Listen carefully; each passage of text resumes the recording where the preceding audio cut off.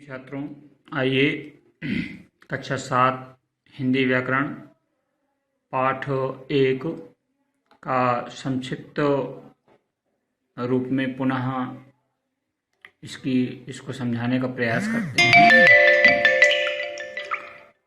पाठ है भाषा और व्याकरण। तो वाचन के साथ आपको समझाते हुए, मनुष्य एक सामाजिक प्राणी है।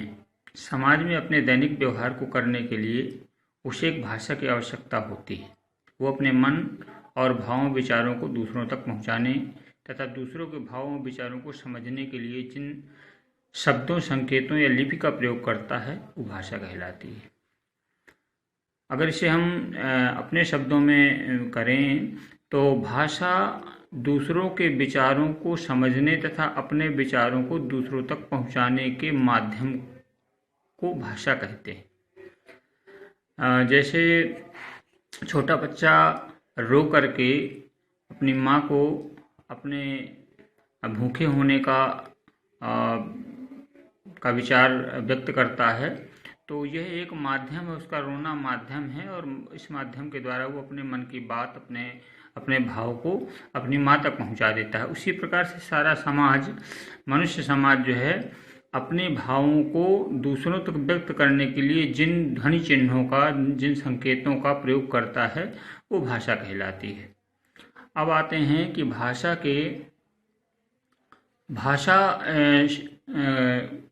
भाषा जो शब्द है वो किससे बना है। तो भाषा शब्द संस्कृत में भाष धातु है, तो भाष धातु से भाषा शब्द का निर्माण हुआ है। भाष मीन्स बोलना। फिर आते हैं हम भाषा के भेदों पर, काइंड्स ऑफ लैंग्वेज। तो भाषा के दो भेद मुख्य रूप से विद्वानों ने माने हैं।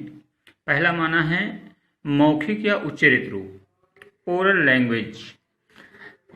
इसका मतलब है जब हम बोलकर या आपस में बातचीत के द्वारा अपने विचारों को दूसरों के सामने प्रकट करते हैं तथा सुन करके दूसरे के विचारों को जानते हैं, तो ये मौखिक भाषा कहलाती है। जैसे टीवी पे हमें दिखाई भी पड़ता है और सुनाई भी पड़ता है, तो जो उसमें बोला जाता है उसे हम सुन करके बोलने वाले के विचारों को समझ पाते हैं, और जब हमें अपनी बात दूसरों को समझानी होती है तो हम बोलते हैं। तो यह रूप भाषा का मौखिक रूप कहलाता है। दूसरा भेद है भाषा का लिखित भाषा, रिटन लैंग्वेज। तो जब हम लिखकर या लिखित रूप में संदेश देकर विचारों को दूसरों तक पहुंचाते हैं तथा दूसरे के लिखित संदेश को पढ़ते हैं, तो यह भाषा का लिखित रूप कहलाता है। भाषा में ध्वनियों के स्थान पर अब ध्वनि का प्रयोग नहीं करते हैं, बल्कि वर्णों या अक्षरों का प्रयोग किया जाता है लिखित भाषा में, और मौखिक भाषा में ध्वनि का प्रयोग करते हैं। लिखित भाषा में आप बहुत सारे माध्यम हैं, जैसे समाचार पत्र हो गया, पुस्तकें हो गई, मैगजीन्स हो गई, तो ये सारी जो है लिखित भाषा के रूप हैं। इनके माध्यम से हम विद्वानों द्वारा उनके मन के विचारों को पढ़ करके जान लेते हैं और समझ लेते हैं। इसके बाद हम विचार करते हैं, यहाँ पर याद रखने योग्य एक बात दी गई है कि विश्व में अनेक भाषाएं बोली जाती हैं। क्षेत्र के आधार पर अलग अलग भाषाएं बोली जाती हैं। जैसे कुछ क्षेत्र में उर्दू बोली जाती है, कुछ में अंग्रेजी, कुछ में अरबी, फारसी, जर्मन, फ्रेंच, जापानी, स्पेनिश, पुर्तगाली, रूसी, हिंदी आदि। तो ये भिन्न भिन्न क्षेत्रों में बोली जाने वाली भाषाएं हैं, जिनको विश्व में चीनी भाषा का प्रथम, अंग्रेजी भाषा का द्वितीय तथा हिंदी भाषा का तृतीय स्थान प्राप्त है। इसका कहने का तात्पर्य यह है कि विश्व में सर्वाधिक बोली जाने वाली, सबसे ज़्यादा लोगों द्वारा बोली जाने वाली भाषा चीनी है, दूसरे नंबर पर अंग्रेजी है, और तीसरे नंबर पर सर्वाधिक बोली जाने वाली भाषा हमारी मातृभाषा हिंदी है। इसके अतिरिक्त हम देखें तो भाषा के विभिन्न रूप हैं, वेरियस फॉर्म्स ऑफ लैंग्वेज। विभिन्न रूप हैं भाषा के। तो पहला रूप अगर इसमें देखें तो मातृभाषा।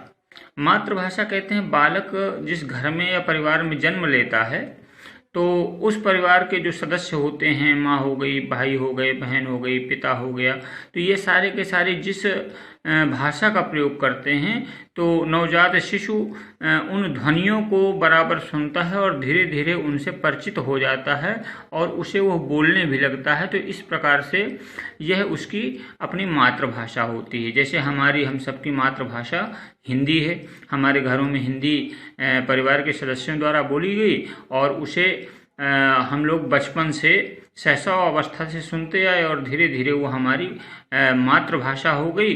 और जितने फ्रिक्वेंसी के साथ जितने अच्छे ढंग से हम हिंदी भाषा बोल सकते हैं, शायद कई वर्षों तक पढ़ने के बाद भी अन्य भाषा में उतना अधिकार हमें प्राप्त नहीं होता है जितनी मातृभाषा में होता है। इसके बाद दूसरा रूप है मातृभाषा का राष्ट्रभाषा। तो राष्ट्रभाषा वह भाषा है जो किसी देश के अधिकांश निवासियों द्वारा प्रयोग में लाई जाती है, या इसे कह सकते हैं कि उस देश में वो भाषा संपर्क भाषा के रूप में कार्य करती है, तो उसे राष्ट्रभाषा कहते हैं। विभिन्न प्रदेश होते हैं देश में, जैसे अपने यहाँ उत्तर प्रदेश, मध्य प्रदेश, बिहार, राजस्थान, हरियाणा, महाराष्ट्र, गुजरात इत्यादि उत्तर भारत के ये राज्य हैं। तो इन राज्यों में सर्वसाधारण द्वारा ज़्यादातर भाषा का जो प्रयोग किया जाता है उस हिंदी का प्रयोग किया जाता है। और हमारे दक्षिणी प्रदेशों में भी हिंदी बोलने वाले और समझने वालों की संख्या बहुत ज़्यादा है, जबकि तो ये हिंदी हमारे देश की संपर्क भाषा के साथ साथ राष्ट्रभाषा भी है। इसी प्रकार पाकिस्तान की जो राष्ट्रभाषा है वो उर्दू है, अमेरिका की राष्ट्रभाषा अंग्रेजी है, चाइनीज चीन की राष्ट्रभाषा है, फ्रांस में फ्रेंच और जापान में जापानी, ये वहाँ की राष्ट्रभाषाएं हैं। तो इस प्रकार से राष्ट्रभाषा किसी देश में रहने वाले लोगों के आपस में संपर्क में बने रहने का सशक्त माध्यम होती है। अब आते हैं हम भाषा के अन्य रूप पर विचार करते हैं। अगला रूप है भाषा का अंतर्राष्ट्रीय भाषा। तो अंतर्राष्ट्रीय भाषा का तात्पर्य यह है कि जिस भाषा को अधिकांश देश विचारों या सूचनाओं के परस्पर आदान प्रदान करने में प्रयोग लाते हैं उसे हम अंतर्राष्ट्रीय भाषा कह सकते हैं। वर्तमान समय में अंग्रेजी अंतर्राष्ट्रीय भाषा का स्थान प्राप्त किए हुए है, क्योंकि अंग्रेजी वो भाषा है जिसके द्वारा लगभग समस्त राष्ट्र एक दूसरे के संपर्क में रहते हैं। वैसे भी ब्रिटेन का लगभग कई देशों पर उपनिवेश रहा है, तो उस उपनिवेश रहने के कारण वहाँ के लोगों द्वारा अंग्रेजी को माना गया और अंग्रेजी सीखी गई, जिसके कारण से विश्व के अधिकांश देशों में अंग्रेजी का प्रचलन बढ़ा और आज अंग्रेजी के माध्यम से ही विभिन्न राष्ट्र आपस में एक दूसरे के समीप आए हैं। इसलिए अंग्रेजी को राष्ट्रभाषा के रूप में मान्यता प्रदान की गई है। इसके बाद आते हैं हम राजभाषा में। तो राजभाषा वह भाषा जो देश के सरकारी कार्यालयों और राजकाज में प्रयोग की जाती है, जो राजकाज में प्रयोग की जाती है, उन्हें राजभाषा कहते हैं। जैसे सरकारी कार्यालयों में हैं या जो भी गजट्स वगैरह जो निकाले जाते हैं, तो वो जिस भाषा में निकाले जाते हैं उसे राजभाषा कहते हैं। हमारे देश में हिंदी और अंग्रेजी दोनों भाषाओं में राज्य कार्य में दोनों भाषाएं प्रयोग में लाई जाती हैं, जबकि ब्रिटेन व अमेरिका में जो राजभाषा है, सरकारी कामकाज में जिस भाषा का प्रयोग करते हैं उसे राजभाषा वहाँ की अंग्रेजी है। इसके बाद हम आते हैं अगला रूप है भाषा का प्रादेशिक भाषा।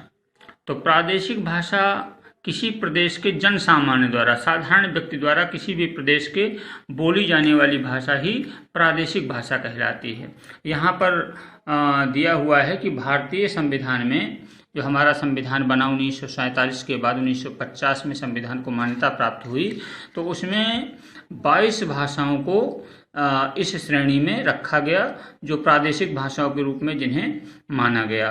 उन भाषाओं के नाम इस प्रकार से हैं: हिंदी, उर्दू, पंजाबी, असमिया, बंगला, डोगरी, बोडो, नेपाली, गुजराती, कन्नड़, कश्मीरी, कोंकणी, मैथिली, मलयालम, मराठी, मणिपुरी, उड़िया, संस्कृत, संथाली, सिंधी, तमिल व तेलुगु।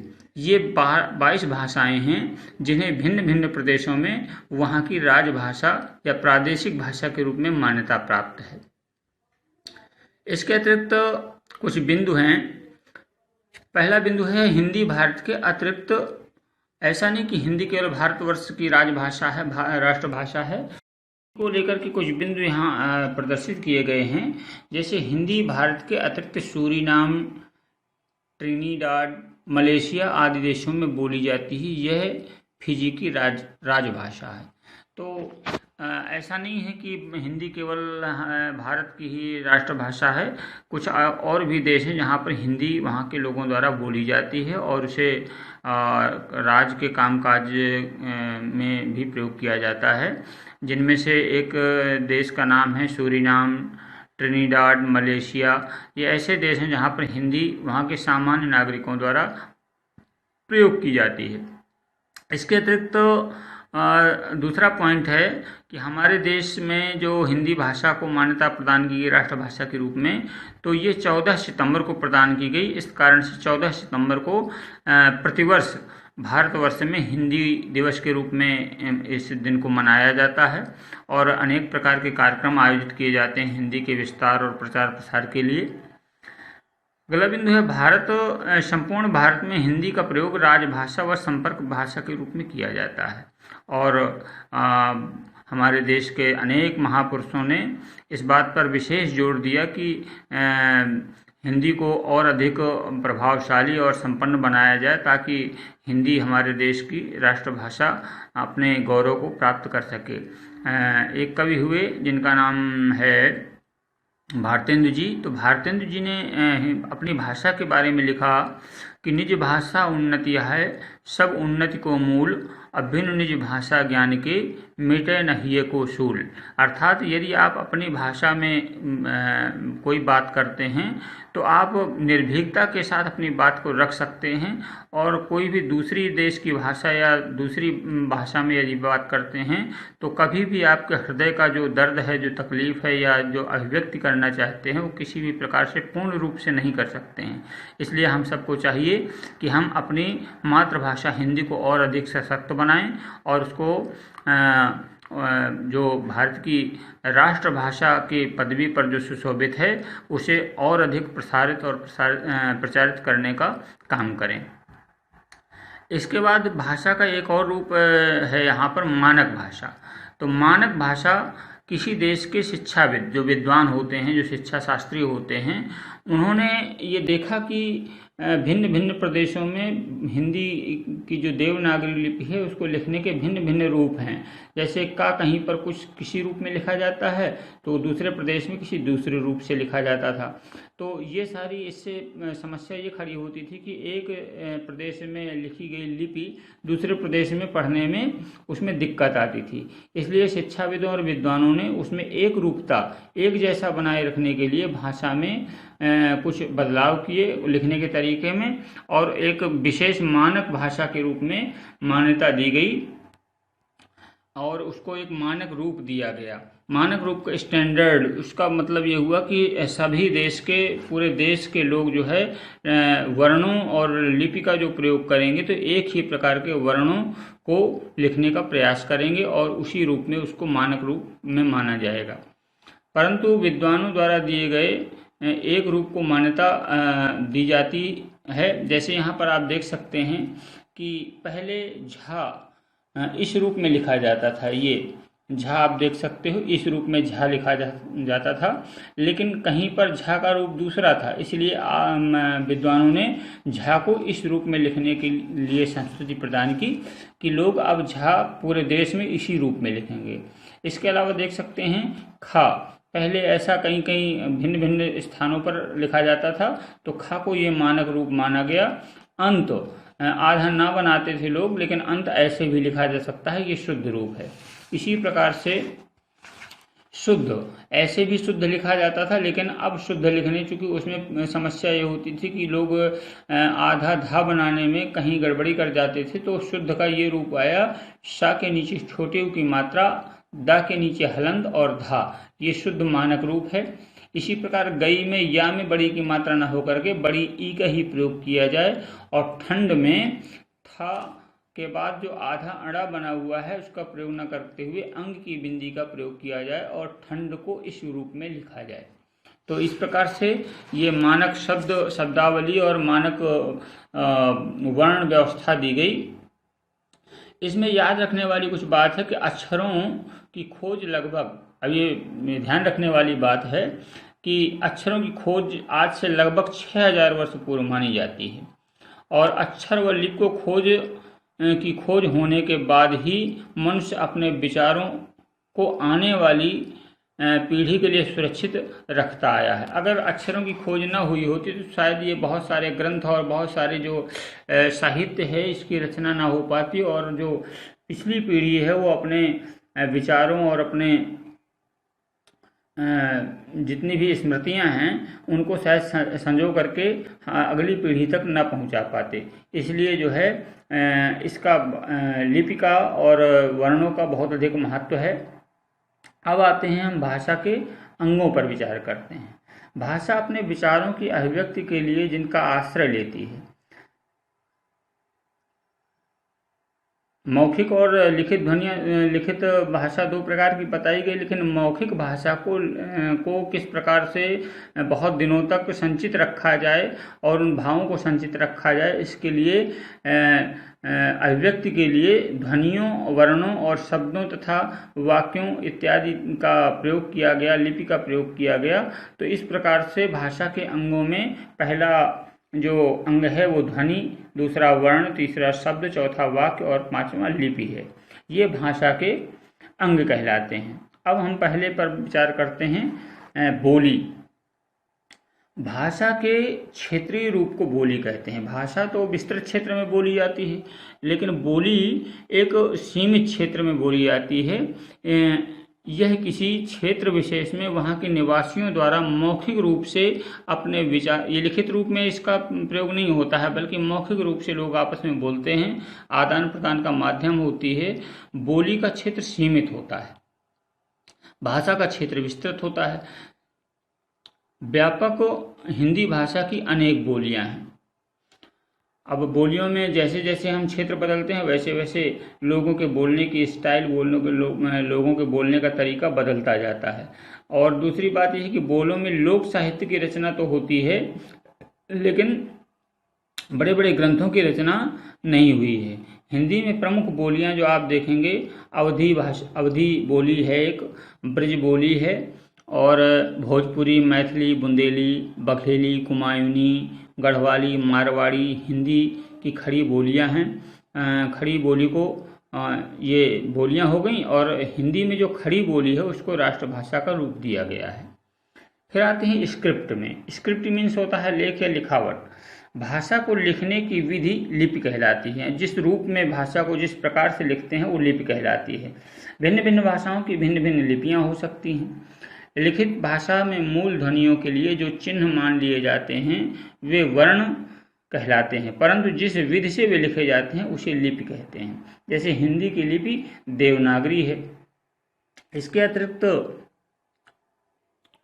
हर एक भाषा की अपनी अलग अलग लिपि होती है। तो आप देख सकते हैं हिंदी की देवनागरी है, संस्कृत की भी देवनागरी है, मराठी की देवनागरी, नेपाली की देवनागरी, लेकिन इसके अतिरिक्त उर्दू की फारसी लिपि है, बंगाली की बंगला है, पंजाबी की गुरुमुखी है, जर्मनी की रोमन है, अंग्रेजी की रोमन है और फ्रेंच की रोमन लिपि है। फिर आते हैं व्याकरण की आवश्यकता क्या है और व्याकरण है क्या। व्याकरण में भाषा के सार्थक ध्वनि से लेकर के वाक्य की संरचना तक के नियमों का अध्ययन किया जाता है। भाषा के शुद्ध एवं सार्थक स्वरूप का निर्धारण भी व्याकरण ही करता है। व्याकरण के द्वारा ही भाषा का शुद्ध रूप देखने को मिलता है। व्याकरण ही एक ऐसा शास्त्र है, एक ऐसी विधि है जिसके द्वारा भाषा के सही स्वरूप को मानक रूप दे करके उसके सर्वमान, सर्वश्रेष्ठ, सम्मत एवं स्थायी रूप प्रदान किया गया है। सर्वमान्य जो सभी को मान्य हो, शिष्ट सम्मत सलीके से हो, और स्थायी जिसमें लचीलापन ना हो, जो है हमेशा एक जैसा रहे। इस प्रकार से इसके लिए व्याकरण का प्रयोग किया जाता है। तो यहाँ पर हम व्याकरण की परिभाषा दे सकते हैं कि व्याकरण वह शास्त्र है जिसके द्वारा किसी भाषा के नियमों और व्यवस्थाओं का ज्ञान प्राप्त होता है। व्याकरण के मुख्य अंग बताए गए थे। व्याकरण के मुख्य अंग आपके दिए हुए हैं। पहला है वर्ण विचार, इसमें वर्णों या अक्षरों आदि पर विचार किया जाता है। दूसरा है शब्द विचार, इसमें वर्णों से मिलकर के बने हुए शब्दों का विचार किया जाता है, उनकी उत्पत्ति, उनका कैसे हुआ और महत्व क्या है, भेद क्या है इत्यादि पर विचार किया जाता है। और वाक्य विचार में वाक्य की संरचना, वाक्य के उपभेद एवं उसके पारस्परिक संबंधों तथा उनकी शुद्धता अशुद्धता, विराम चिन्हों आदि पर विचार किया जाता है। इस प्रकार से इस पाठ का संक्षेप में पुनर्व्याख्या प्रस्तुत की गई और इससे रिलेटेड जो भी अभ्यास कार्य है वो इसके पूर्व जो वीडियो दिया गया था उसमें अभ्यास कार्य है। तो इस प्रकार से आप इसकी समरी को तैयार करेंगे और समस्त परिभाषाओं को याद करेंगे। धन्यवाद।